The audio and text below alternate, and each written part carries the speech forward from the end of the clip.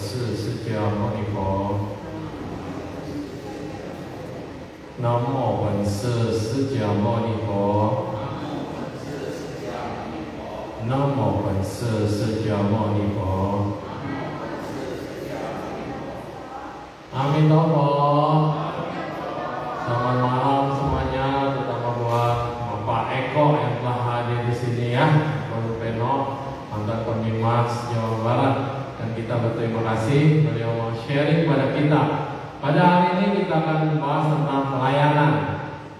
Karena beliau telah lama melayani kita bersama-sama di sini, jadi suka dukanya melayani dan menjadi pelayan tentunya. Karena kalau dalam konsep Mahayana kita memiliki konsep bodhisattva, yaitu bodhisattva rela terjun kemanapun juga untuk melayani. Jiwa inilah yang harus dikembangkan menjadi bodhicitta, dan bodhicitta akan membawa kita menuju jalan Buddha. Sudah pasti berada di jalan Buddha. Ketika kita peduli dengan orang lain, ketika kita peduli dengan kondisi lingkungan kita peduli dengan di mana mereka yang masih mau belajar untuk belajar Dharma, mengenal Dharma, dan memasuki ke dalam kebahagiaan dalam Dhamma yang biasa kita kenal dengan fasi cuman.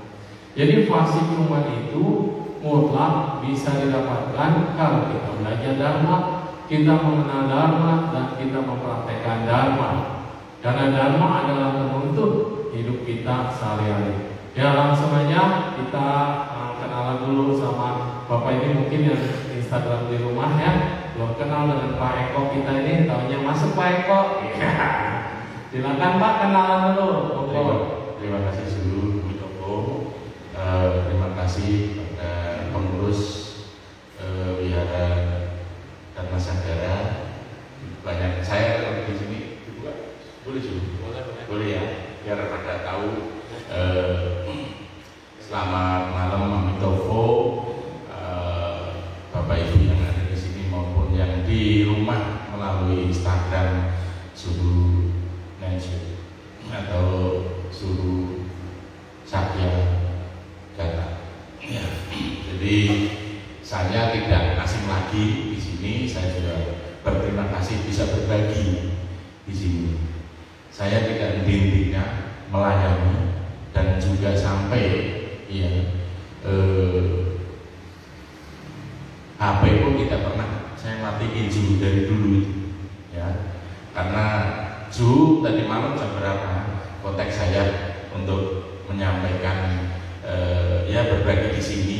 Kemudian saya mengucapkan terima kasih Romo Michael atau Romo Ananda yang di Bogor malam jam 11:30 atau jam 12 membuat tampilan untuk yang ada di Facebook Suhu atau yang di status saya. Kalau saya lihat, saya 10 tahun melayani umat Buddha secara formal, ya. Kalau yang tidak formal ya sudah dari 18 sampai sekarang berapa tahun. Jadi ini saya mengutip dari Kamus Besar Bahasa Indonesia. Maaf, judulnya yaitu kebahagiaan dalam melayani. Kebahagiaan dulu. Kebahagiaan kalau di Kamus Besar Bahasa Indonesia yaitu kesenangan dan ketentraman lahir maupun batin. Lahir maupun batin. Jadi kalau Bapak Ibu bahagia itu lahir dan batin, maka doanya dalam agama Buddha itu semoga semua makhluk berbahagia. Berbahagia itu lahir batin. Bagaimana caranya untuk kita berbahagia untuk melayani? Yaitu sebelum kita ada tekad untuk melayani, kita sudah bahagia dulu, senang mendapatkan kesempatan untuk melayani. Ya, gitu. Sedangkan kalau di dalam Kamus Bahasa Indonesia, Kamus Besar Bahasa Indonesia, melayani itu adalah membantu menyiapkan, ya, atau pengurus, ya, pengurus yang ngurusin macam-macam. Kalau orang Jawa itu ngurusin pepek bengek, hilang pepeknya tinggal bengeknya. Nah, pengurus biasanya seperti itu. Soalnya apa? Ya, soalnya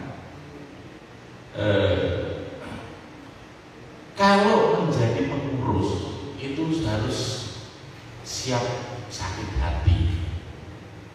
Nah, itu di mana saja. Saya pun juga 10 tahun. Ya memang karakter pikiran manusia itu adalah berbeda-beda. Karakter pikiran manusia itu berbeda-beda. Maka untuk melayani itu pun juga sulit sekali, ya, sulit sekali. Maka kalau Bapak Ibu jadi pengurus, ya, jangan terus ngambek itu, ya, ngambek atau apa kalau ini, ya, marah. Ya. Karakter manusia kita juga harus sadar bahwa yang kita layani khususnya umat Buddha yang ada di sini, ya, itu karakternya berbeda-beda, pendidikannya berbeda-beda, gitu. Nah, karakternya berbeda-beda itu bagaimana caranya? Kalau kita harus sadari itu semua. Kalau kita tahu, kita sadari bahwa yang di hadapan kita, umat kita itu macam-macam. Jadi, oh ya udah, apalagi kalau sudah bergaul lama, wataknya memang seperti itu. Ya, wataknya umat itu seperti itu. Jadi ada yang umat, ya, rajin, ya, nyampe biara belum mulai pun udah bersih-bersih, rapi-rapi. Itu ada umat yang seperti itu. Ada juga yang ngomel. Gimana sih pengurus? Sudah waktunya, ya, sudah waktunya mau ucap kebaktian atau ucap bakti sudah belum diberes, belum dirapi-rapi. Nah, seperti itu. Jadi kita harus tahu, ya, kita harus tahu umat ini bagaimana. Ada yang tahu dan mengerti. Ada yang tahu dan mengerti. Ada yang tidak tahu dan tidak mengerti. Dan yang ketiga, ada yang tidak mau tahu dan tidak mau mengerti. Ini yang benar. Kalau yang tidak tahu dan tidak mengerti, memang dia tidak tahu. Kenapa tidak tahu? Kurang informasi. Kalau istilah sekarang kurang bergaul, ya, kurang bergaul, kurang informasi, ya, tidak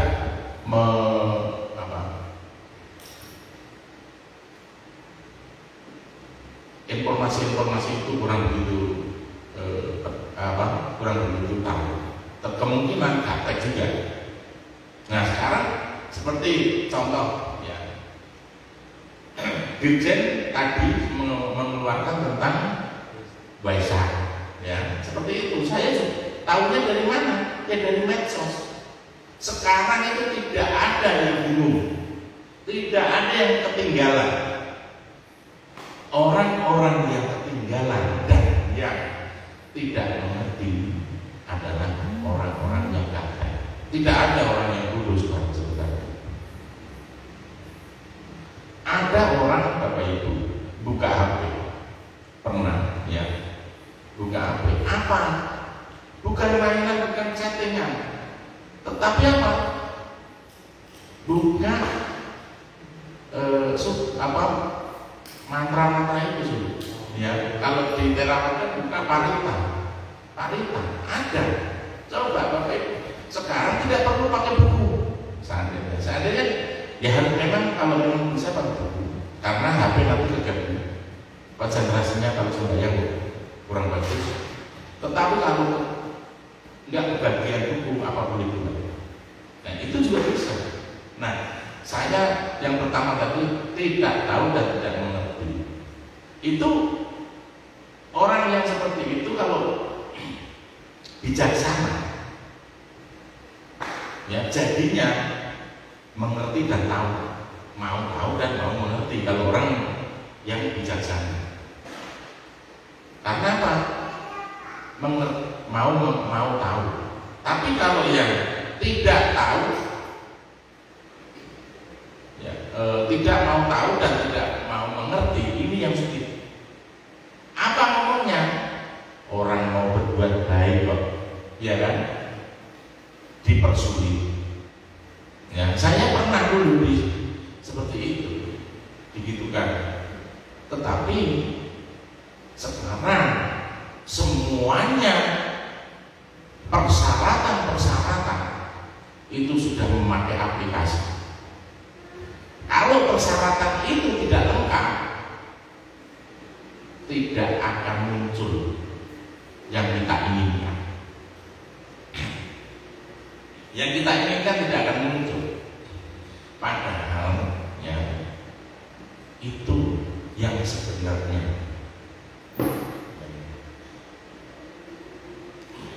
Nah, bagaimana untuk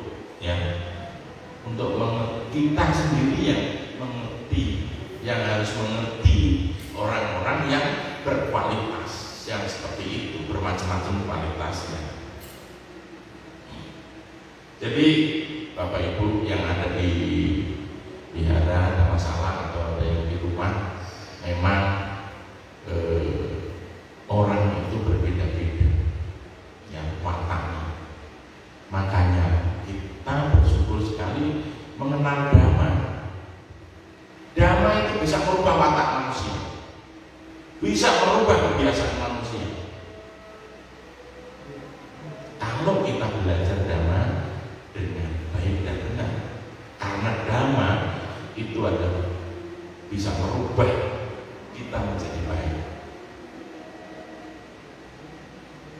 Itu damai itu bisa merubah kita menjadi baik. Kita membaca Liangkeng setiap hari Rabu malam, kita telaten saja. Itu adalah semangat kita untuk kita maju, kita untuk kita sadar, kita semangat kita untuk ingin berubah. Otomatis damai itu tidak ada yang jelek, berubahnya pasti baik. Kenapa kita selalu wihara? Karena mau berubah menjadi baik. Kalau kita mau berubah jelek, gak perlu belajar. Coba aja Bapak Ibu, kita mau jelek, itu gak perlu belajar. Ya. Tapi kalau kita ingin maju dengan baik, ya kita harus belajar. Belajar apa? Ya, belajar kebaikan, kebajikan. Di mana yang dilihat? Maka Bapak Ibu yang ada sekarang ini, mari kita bisa supaya dalam pelayanan itu yang dilayani bahagia, yang melayani juga bahagia. Bagaimana caranya? Caranya saling mengerti, bukan tahu diri, bukan mengerti, saling mengerti. Mengerti itu adalah yang biar supaya kita itu lebih bijaksana.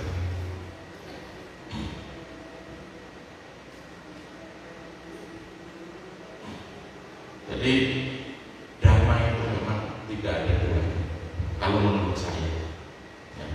Orang Buddha pasti menyampaikan berkata atau berikrar seperti ini, seperti saya. Tidak ada duanya. Damai itu kan kejam, Pak. Bukan gitu dilihat. Damai itu kan kejam.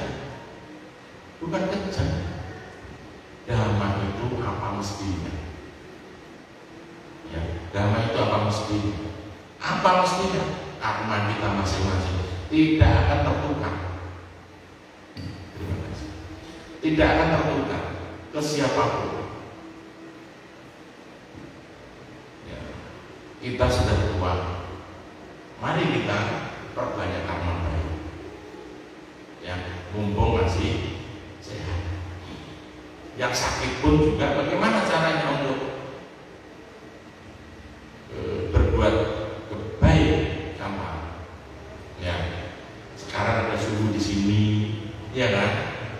Kita diajarkan bahwa kita berdana yang baik itu adalah kepada orang tua kita, guru kita, ya kan? Tempat ibadah kita. Ya, salah satunya itu saja. Nah, sekarang ada suhu di sini. Ya, dana makanan kan bagus. Jadi mari kita peduli, kita mengerti kepada guru kita. Ada pengurus, ya kan?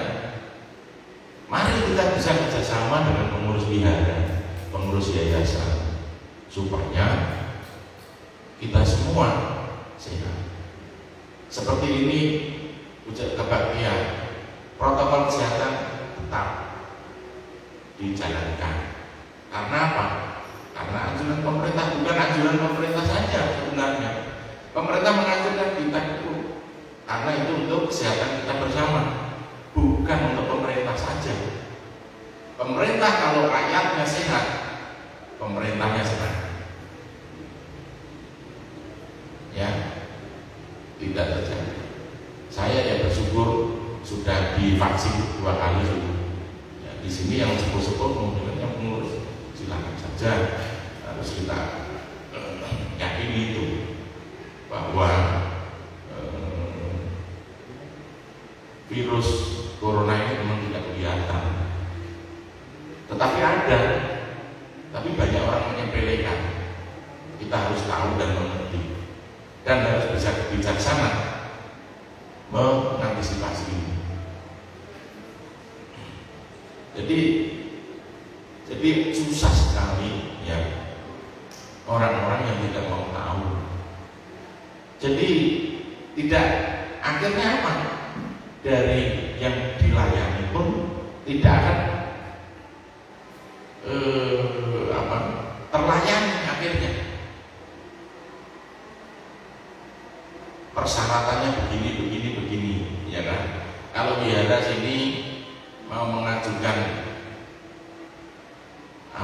bantuan kan sudah mungkin proposal dan lain-lainnya. Lebih dipercaya lagi, yayasan harus punya rekening, wihara punya rekening dan lain-lain atas nama wihara dan atau yayasan, lebih dipercaya oleh masyarakat.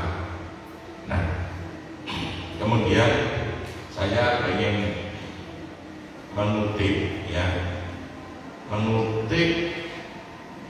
ini ada buku Warisan Sang Buddha ya, yang terakhir terjemahan dari Tripitaka Mandarin ya. Nasihat Buddha kepada para biku. Oh para biku, bila kalian berharap untuk lepas semua jenis duka, kalian wajib merasakan bahwa kalian selalu merasa puas. Yang kedua, kebajikan rasa puas adalah dasar tidak berlebihan, tidak berlebihan kebahagiaan, kedamaian dan pengasingan. Jadi kebajikan rasa puas ya. Rasa puas itu adalah bahagia. Jadi yang dilayani puas, yang melayani puasa. Bagaimana caranya? Ya saling tahu, saling mengerti. Ya, saling tahu, saling mengerti. Seperti di sini kebagian harus menerapkan protokol kesehatan. Umat semuanya juga harus tahu. Ya, di jalan saja sudah pakai masker, apalagi di wihara. Di bawah tadi ada tulisan wajib memakai masker.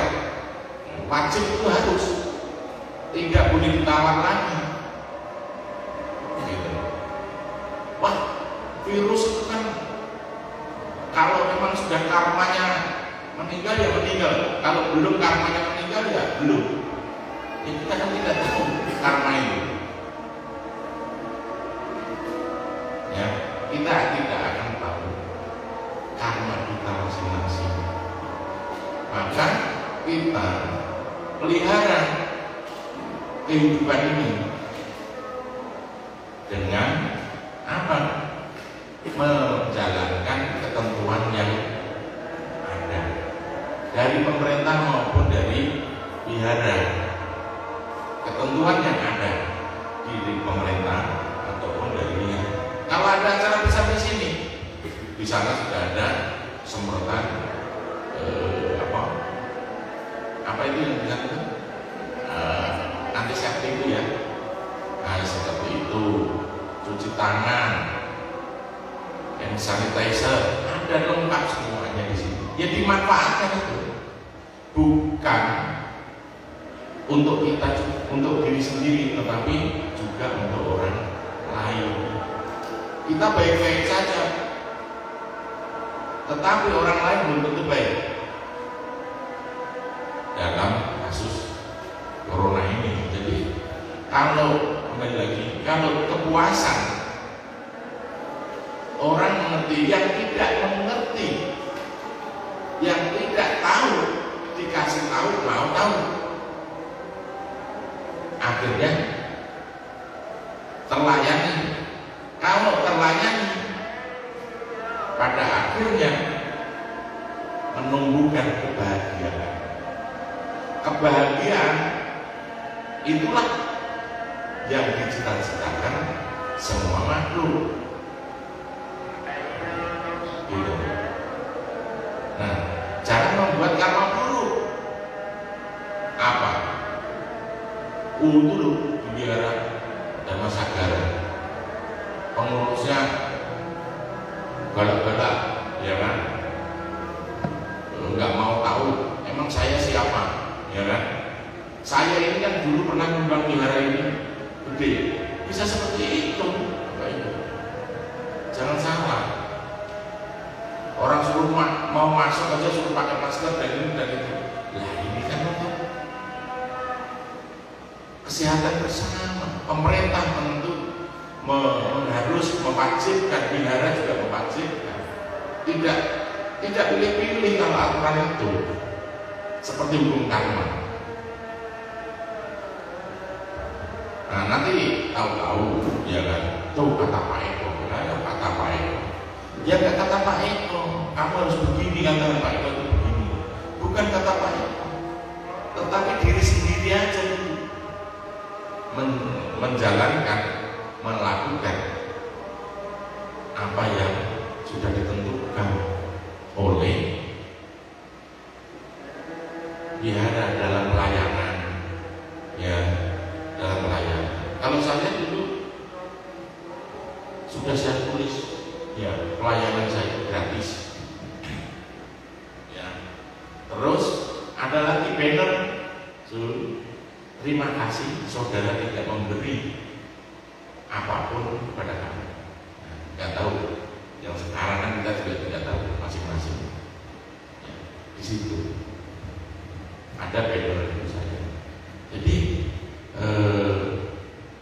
wihara pun juga tidak meminta pada umat, dan tapi kalau mau menyumbang silahkan, karena untuk kebaikan kita bersama.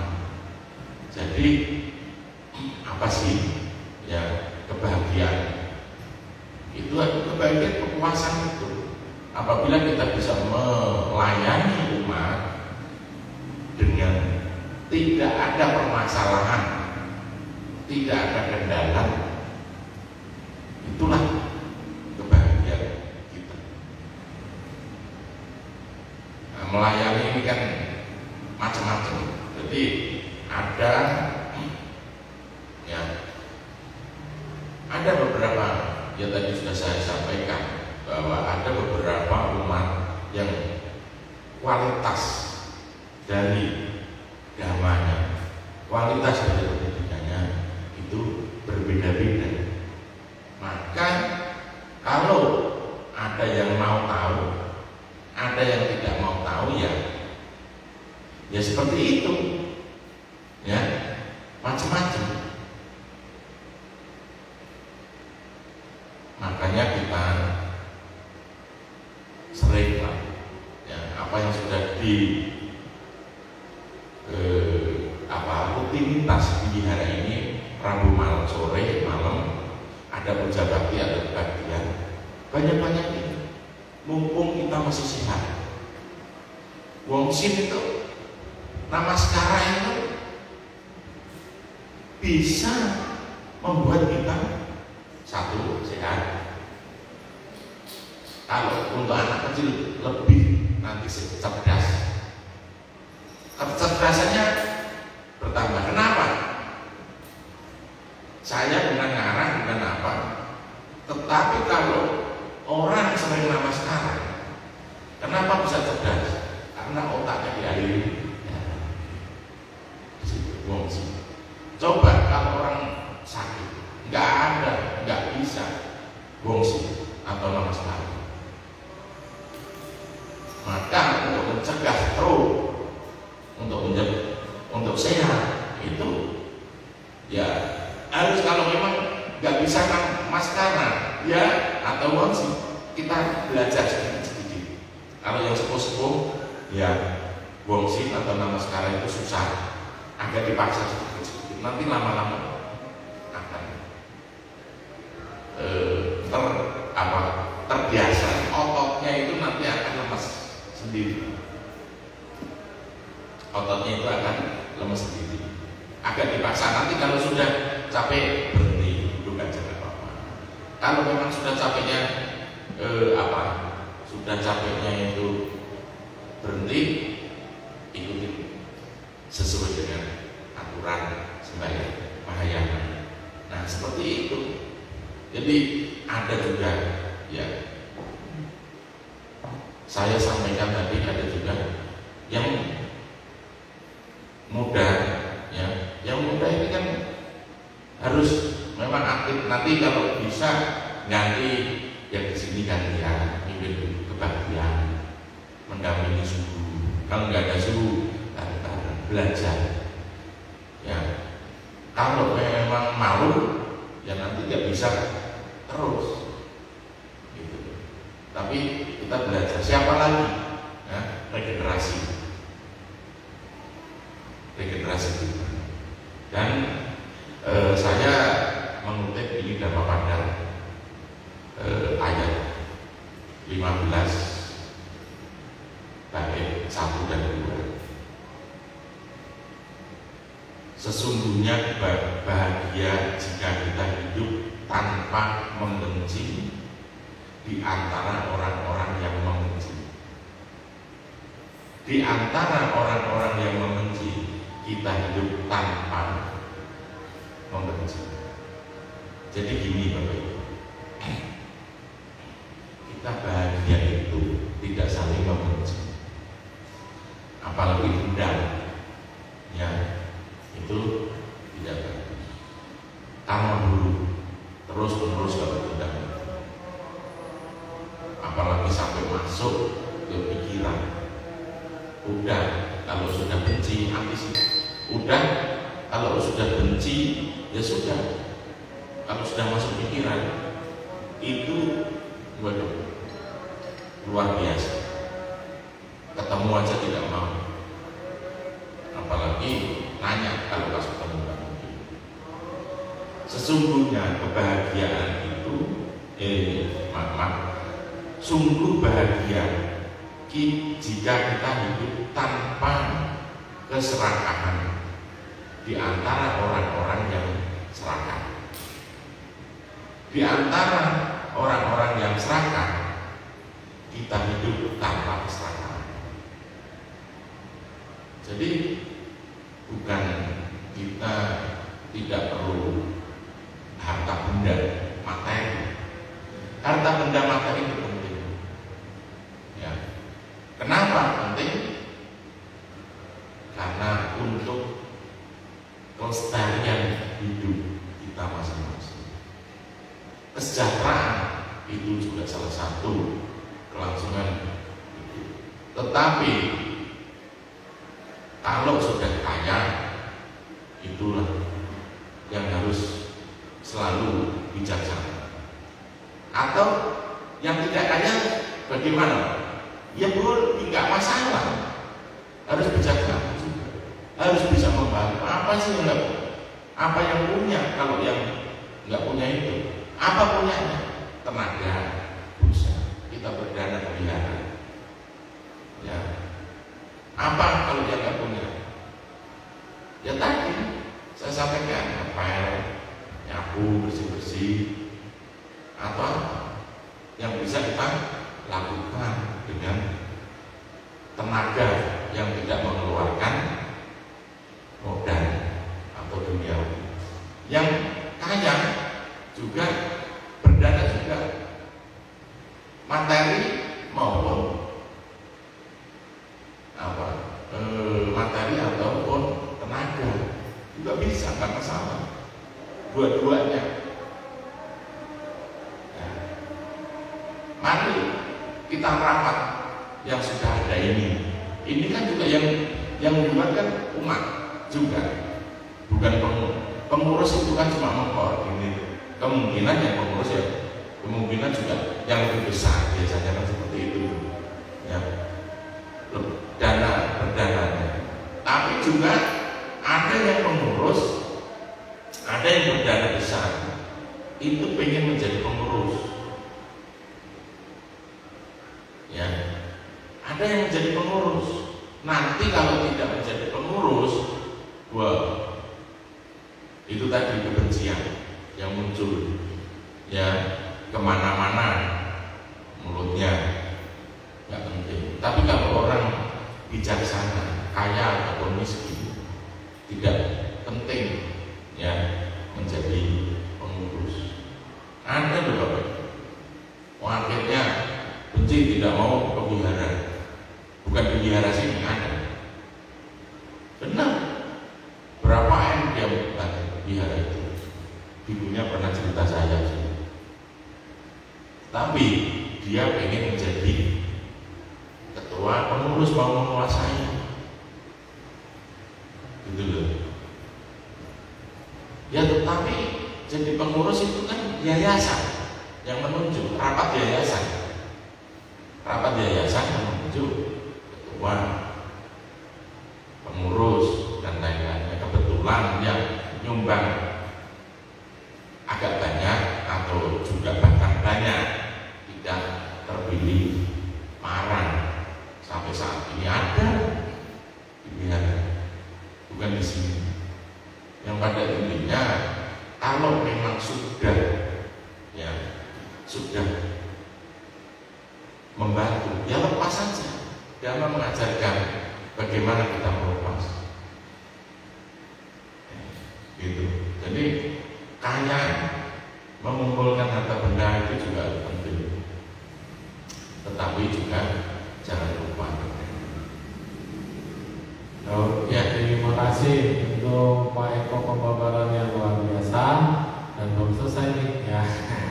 Jadi kita simpulkan bahwa untuk berbuat baik itu dibutuhkan niat, dan menjadi bahagia itu sederhana sebenarnya. Ketika kita mau betul-betul melepas, ketika kita melepaskan kedudukan, melepaskan posisi, dan untuk melayani.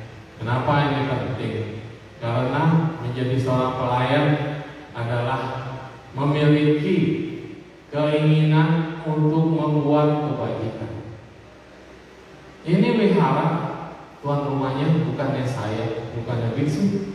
Tuan rumahnya adalah Buddha, Bodhisattva, dan para umat semua dari seluruh penjuru yang membangun berdana sedikit demi sedikit hingga terbentuklah wihara. Yang disebut sebagai pengurus adalah pelayannya, tuan rumahnya, yang melayani Buddha, melayani para Bodhisattva, melayani sangga yang ada di sini, dan melayani umat. Bukannya minta dilayani. Nah, ini adalah perbedaan pandangan. Kenapa? Tuan rumahnya Buddha, Dhamma, dan Sangha, dan seluruh umat, mau berdana besar atau kecil, itu mereka adalah rumahnya. Pengurus ini hanya diminta untuk dipercaya supaya bisa mengelola dengan baik. Karena Anda melayani dengan sungguh hati, rumah yang disebut dengan wihara adalah tempat kediaman. Bahkan kalau kita melihat Brahma Wihara, ini kediaman para Brahma, tempat di mana ada cinta kasih, tempat ada welas asih, tempat ada kebahagiaan, dan ada keseimbangan batin. Artinya di rumah inilah para umat bisa melatih diri syuting. Makanya Pak Eko pengalamannya banyak sebagai pemimas, melihat keliling wihara-wihara kecil besar dan segala macam. Persoalan selalu sama di manusia.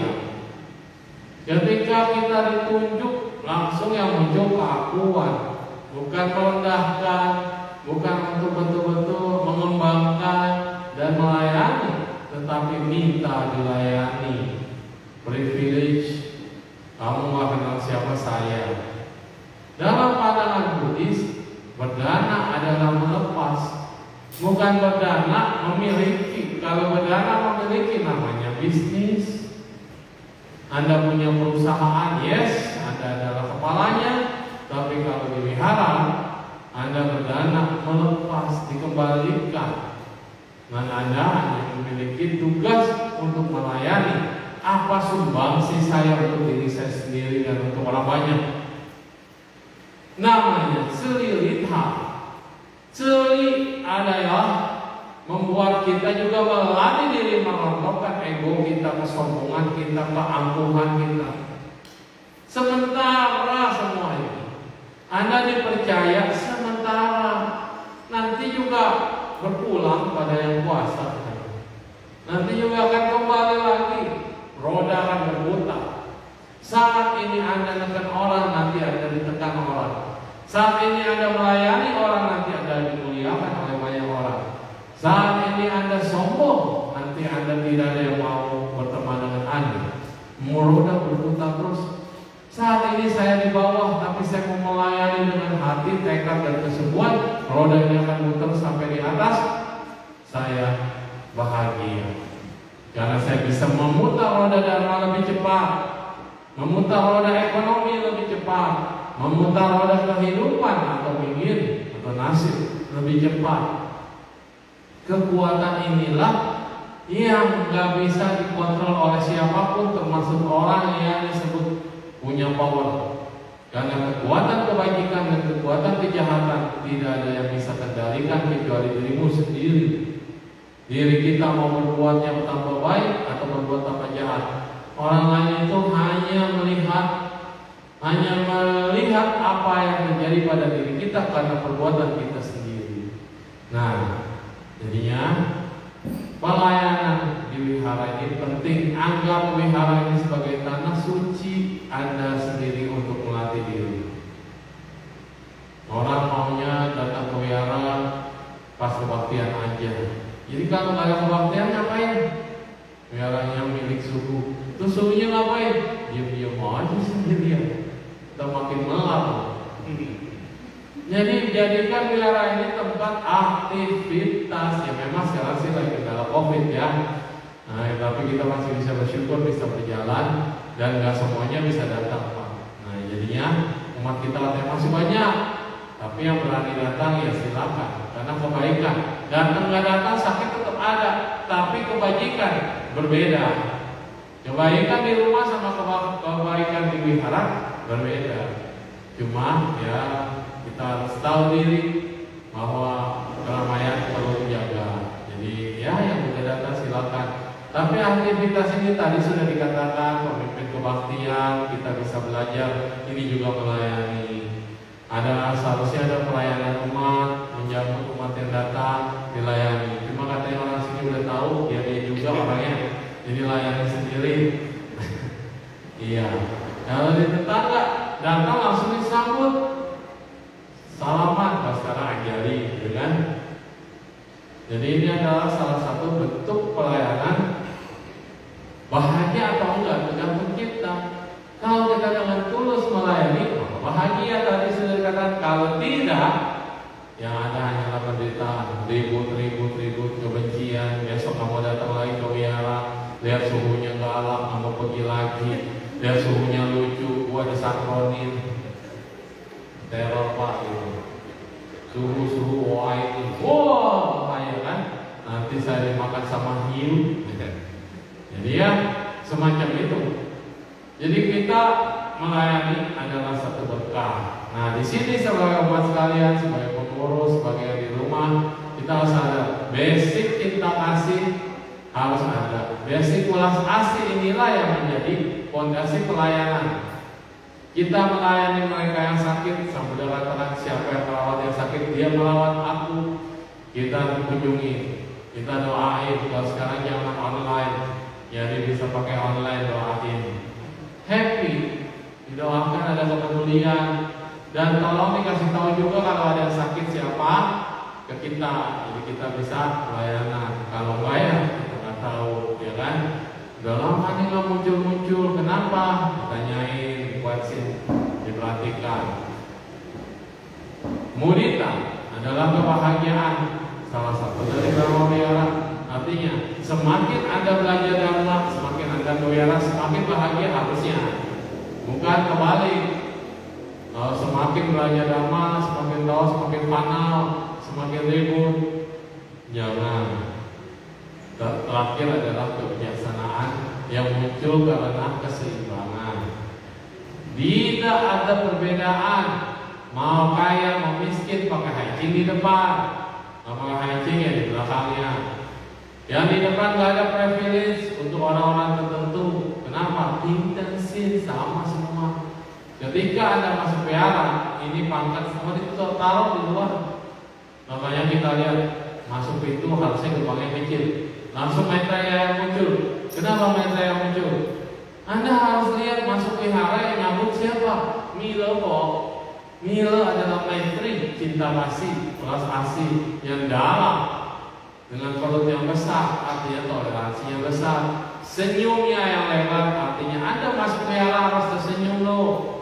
Jangan masuk wihara mau marah-marah, emosi, terus kemudian bikin masalah. Bukan, ingat, Miloko hanya kita senyum. Terus kemudian telinganya yang lebar, artinya apa? Banyak mendengar, mau mendengar dharma, mendengar orang lain. Bukan banyak oceh. Kalau di wihara banyak oceh, banyak gosip, banyak ngomong, karena baiknya habis. Jangan jadi fana nanti orang. Banyak mendengar, artinya coba dengar siapa yang mau dibantu hari ini, siapa yang mau ditolong hari ini, ada masalah apa, silakan. Oke, itu Maitreya. Yang kedua, masuk lagi, ngadep keluar adalah Weto Musa, ini Weto penjaga dharma. Datang ke sini untuk dharma. Selain dari dharma, mohon maaf dilarang berbodoh. Kalau Anda mau nyari ribut, ada dharma. Mau nyari musuh, ada dharma. Mau nyari masalah, ada dharma. Jadi datang ke sini untuk merubah tadi, membuat kita menjadi lebih baik. Ya. Nah, udah masuk lagi ada tasir, tapi kok ini rusak, gede banget di tengah-tengah. Menjadikan kita sudahkah kita memiliki cinta kasih dan bahagia? Nah itu tadi. Wan selesai. Waca di pasien. Apakah kita sudah happy? Sudah bahagia? Apakah sudah lepas? Ketika sudah bahagia, posisi duduknya sama seperti kualinya di bawah. Satu kaki ke bawah, satu kaki sila. Apa artinya? Dalam samadhi saya siap turun. menolong orang lain yang menderita. Itu maksudnya bukannya kaki di tukang kopi leha-leha, bukan. Nah, satu kaki samadhi, satu kaki turun ke bawah, punya siap, standby, menolong siapapun yang membutuhkan. Itu namanya kuat cecai. Semua patung kuat cecai pasti begitu. Satu kaki samadhi, satu kaki ke bawah, standby. Nah, standby me paling busa. Nah, naik ke atas, Anda akan lihat kanan kiri. Ticang pusat selalu memegang sijam. Kenapa? Karena satu-satunya bodhisattva yang bentuknya biksu cuma satu di Jawa Pusat. Dan ngurusinnya bukan cuma ngurusin orang mati. Halo, orang mati diserahkan pada Ticang Pusat, berarti Anda ke neraka dulu. Justru Ticang Pusat datang untuk apa? Supaya jangan ada di antara kita yang terjun ke bawah. Artinya waktu masih hidup, supaya momen tersinggung mengubah perilaku kita supaya jangan ngerepotin Ticang Pusat. Karena kalau Anda bilang, tenang aja di neraka itu ada Ticang Pusat, maka kita happy aja, happy coy. Mau melakukan apa aja, lakukanlah sesuka hatimu. Kalau di neraka pun, asal ada yang menyebut namanya, membaca sutranya, pernah melihat gambarnya, akan diselamatkan. Enak aja. Itu namanya bikin repot. Betul? Jadi artinya Siti Garbha Sutra itu dibacakan buatnya hidup. Sewaktu masih hidup bacalah Siti Garbha Sutra. Gak ngerti suku bahasa Mandarin, cari yang bahasa Indonesia. Udah ada yang bahasa Indonesia. Jadi jangan nunggu mati undang subuh-subuh untuk baca, terlambat. Kalau udah mati kok mau berbuat baik bagaimana? Dan sudah meninggal. Jadi dicancing baca untuk yang hidup supaya setelah meninggal tidak jatuh ke bawah. Yang di tengah sejak menipu. Kalau lampunya biru ya usupo. Yang mau Sakyamuni boleh, mau Yausufa boleh, mau Amitabha juga boleh, tergantung pikiran Anda. Mau wujudin yang di tengahnya Amitabha, bayangin ada teratai, jadilah Amitabha. Mau Yausufa, bayangin ada pagoda, jadilah Yausufa. Mau Sakyamuni, memang Sakyamuni di tengah-tengah begitu kan? Karena ajaran Dharma yang sekarang para Buddha Dharmanya sama. Terus yang kiri kembali lagi yang Maha Maitri Maha Karuna Awalokite Swara. Nah, jadi melayani para bodhisattva ini melayani, bukan dilayani. Kalau bodhisattva mau tenang-tenang di surga, di nibbana, di mereka damai, nggak mau turun lagi ke dunia ini, udah damai mereka. Tapi kenapa masih mau turun ke dunia ini? Mau melayani. Siapa yang masih menderita, siapa yang masih sedih, siapa yang masih butuh bantuan, saya akan turun. Demikian juga dengan pejabat dan mantan pejabat ya. Terus melayani, katanya dari dulu adalah hidup untuk melayani. Saya pikir jadi pemimpin itu enak loh Pak. Karena undangan banyak mana-mana. Taunya begitu curhat, ya ampun suhu kita itu melayani. Kadang-kadang kuota di rumah gitu ya. Ternyata benar-benar pelayanan di daerah yang utama ya, segala macam itu mereka betul-betul melayani. Jadi jangan dipikir dari pejabat enak, wah kalau zaman dulu enak, zaman sekarang salah-salah, bisa bahaya. Jadi demikian adanya pada hari ini kita ucapkan terima kasih kepada Bapak Eko Supeno dan ingat semua kita harus tahu, jangan nggak mau tahu. Jadilah diri kita sendiri untuk melakukan kebaikan. Jadilah diri kita sendiri untuk menyokong. Jadilah diri kita sendiri untuk menanam kebaikan di ladang yang besar. Wihara ini adalah wiharanya umat. Jangan karena ribut, jangan karena berpecah, jangan karena berantem, akhirnya wihara yang sudah dibangun menjadi hancur. Hubungan yang baik menjadi tidak baik. Dari yang tadinya tidak ada kecurigaan jadi curiga-curigaan. Padahal lucunya yayasan itu nggak ada digaji, tapi kenapa pada rebut-rebutan posisi? Betul nggak? Nah digaji, namanya kerja sosial. Udah sok kena sial. Namanya kerja sosial. Yang harusnya gajinya adalah gaji kebajikan yang tidak terlihat. Gajinya yang untuk masa depan Anda bahagia, masa sekarang Anda tenang, dan ketika mati juga senang dan tenang. Jangan mati kerenyut, bingung kenapa waktu masih hidup korupsi uang wihara, begitu mati, waduh gimana bayar gitu. Itu dia. Maka penting banget kita di sini membangun kepercayaan, kerjasama dan pelayanan. Ya, nah sebenarnya banyak nih yang mau ditanya nih Pak. Boleh diperpanjang waktunya? Boleh ya? Ya kita tanya jawab dulu Pak ya. Jadi Pak Eko, dari sekian lama pengabdian Bapak yang tadi udah dikatakan 10 tahun, ada nggak Pak kasus yang unik yang bikin Bapak tiba-tiba wah happy banget atau gimana, atau tempat tertentu yang membuat Bapak terkenang banget?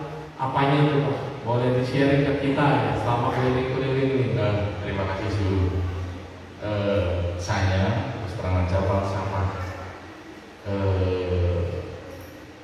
Wandi itu saya pegang. Kenapa? Wandi itu kan sebenarnya kalau pengen mau masuk Nibbana sudah selesai. Contohnya saja, tukang getek menyeberangkan orang pernah kabur, kan tidak pernah turun karena apa? Karena sudah tahu tempat penyeberangan itu. Ya sebelum selesai diseberangkan, tukang getek itu tidak akan turun dan tidak akan meninggalkan geteknya. Bisa kebayangkan Bapak Ibu? Ya kan? Jadi mondar-mandir terus, kok nggak bosan? Ya, kok nggak bosan? Karena apa? Karena yang diseberangkan tidak orangnya itu saja, bergantian. Itu yang pertama. Yang kedua, yang saya terkesan sekali, yang kedua ini adalah di Wihara Simpak Tarung Panjang. Kalau ke sana dulu pertama kali saya ke sana itu 7 jam, perbatasan Banten.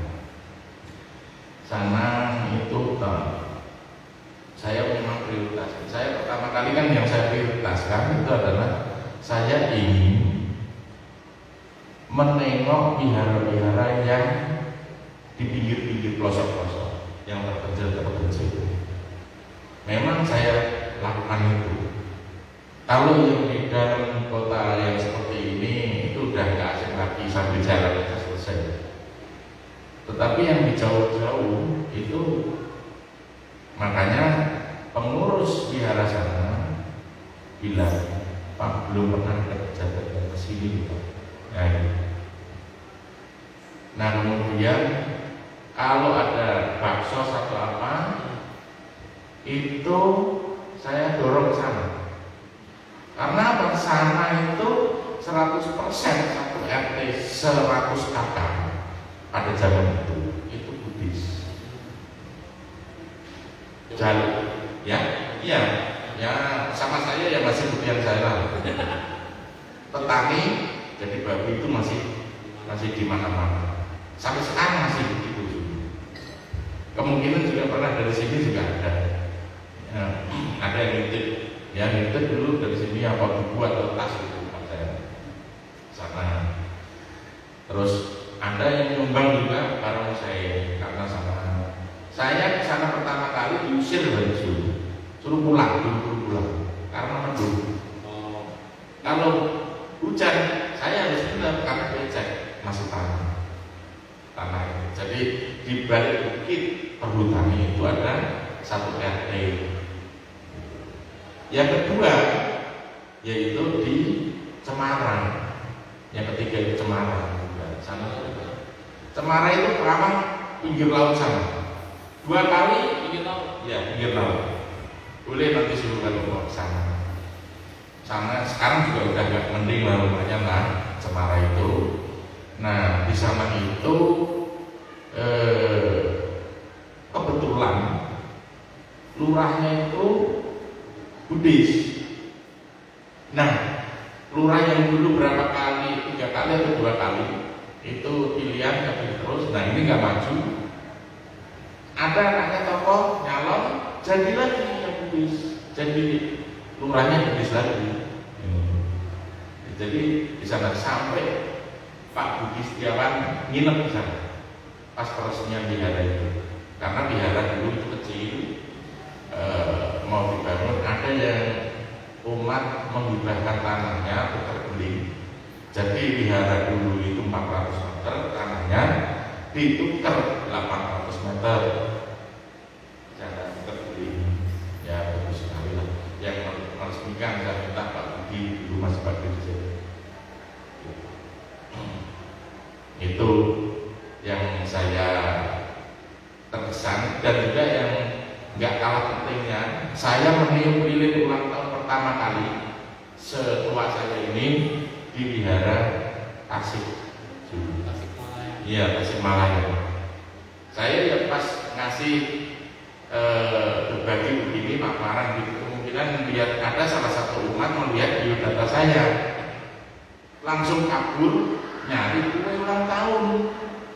Nah itu yang saya soalnya kalau orang Jawa kan jarang sekali dirayain ulang tahun tiup lilin atau apa, paling ya ambengan aja. Nanti kalau orang Jawa itu nanti ya syukuran aja, ambengan kecil-kecilan, anak kecil dipanggil. Jadi nggak ada cara-cara, kemungkinan Budi juga tidak ada istilah ulang tahun ini nggak ada. Nah itu yang terkesan. Jadi kalau mau mikir, saya pernah dulu, makanya saya sampaikan sama sini berkali-kali dulu pernah saya ingatkan lagi, makanya jangan menyuruh anak kita ke wihara, tapi mengajak anak kita ke wihara. Karena kalau mengajak, soalnya apa sih? Saya punya ide seperti ini karena saya ditanya sama anak saya pas hari Jumat, Pak besok minggu ke wihara? Enggak, dicapai. Anak saya yang laki itu Pak, yang cowok itu kiri. Enggak deh, kenapa? Capek Bapak. Dia sendiri setiap minggu saya ajak begini sih. Tapi kita punya biasa ke wihara yang ini gitu. Bilangnya apa? Lama nggak ke wihara gitu. Padahal setiap minggu saya ajak keliling. Bilangnya apa? Lama nggak ke wihara. Oh ya udah besok minggu ke wihara. Gitu akhirnya, makanya saya diingatkan atau diajak anak saya sih ke wihara. Padahal dia sendiri saya sampai ajak ke wihara, tapi yang wihara biasa untuk ikut puja bakti itu jarang sekali datang, bisa 3 bulan atau 2 bulan gitu. Jadi ini yang harus saya sampaikan. Maka biarpun COVID, atur saja lah tempat duduknya, jaga jarak. Terima kasih. Jadi nanti kita bisa workshop ya, karena Pak Eko yang tahu di daerah, di lapangan. Jadi berbuat kebaikan menjelang Waisak, kita berbagi ada 2 target. Yang pertama, rekan-rekan saudara kita yang sedang berpuasa dan menjalankan di bulan suci Ramadan. Dan yang satunya menjelang Waisak, kita juga mau baksos orang-orang kita sendiri, wihara-wihara yang betul-betul masih membutuhkan. Dengan demikian, kebaikan ini akan terus. Jangan berpikir ayo baksos, duit lagi. Wihara pun harus keluar untuk baksos. Kenapa? Uang wihara itu bukan milik suku, bukan milik yayasan, tetapi milik umat dari 10 penjuru dan akan kembali lagi ke 10 penjuru. Juga biasanya orang kita ini tahu di mana ada baksos, mereka juga pasti mau berpartisipasi, baik tenaga, materi ataupun bantuan lainnya. Demikian juga baru aja gempa bumi dan bencana di Kupang, ya, sebagian udah ada yang jalan ke Kupang, sudah memberikan bantuan, tetapi kondisi ini nggak menentu. Kayak kemarin ada gempa susulan. Jadi bencana pasti ada, dan kita mau menyalurkan silakan kemana. Tetapi kita yang dekat, kita peduli dulu dengan lingkungan kita sekeliling, dan kemudian biarlah kita sendiri yang berada di Jawa Barat ya. Nah, karena mereka juga membutuhkan.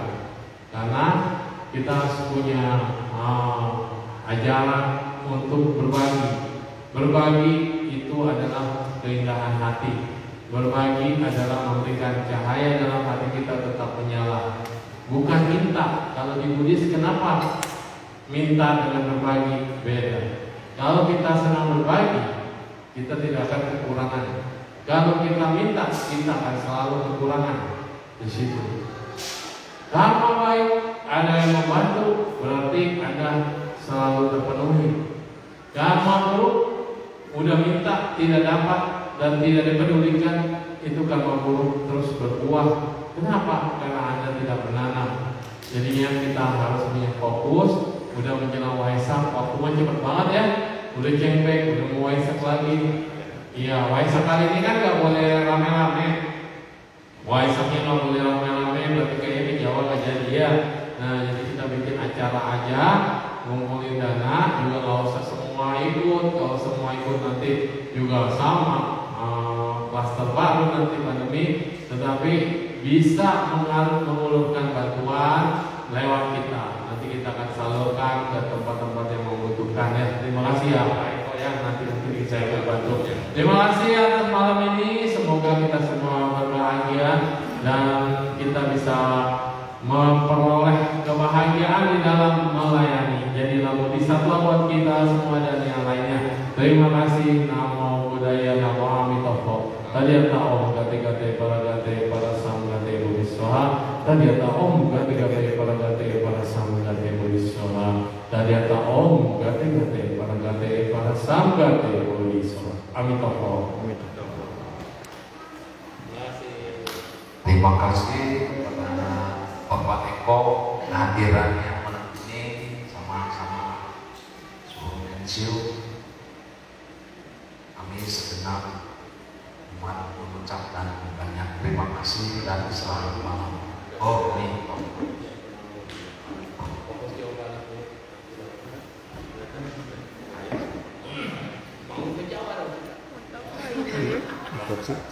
kopi kemana?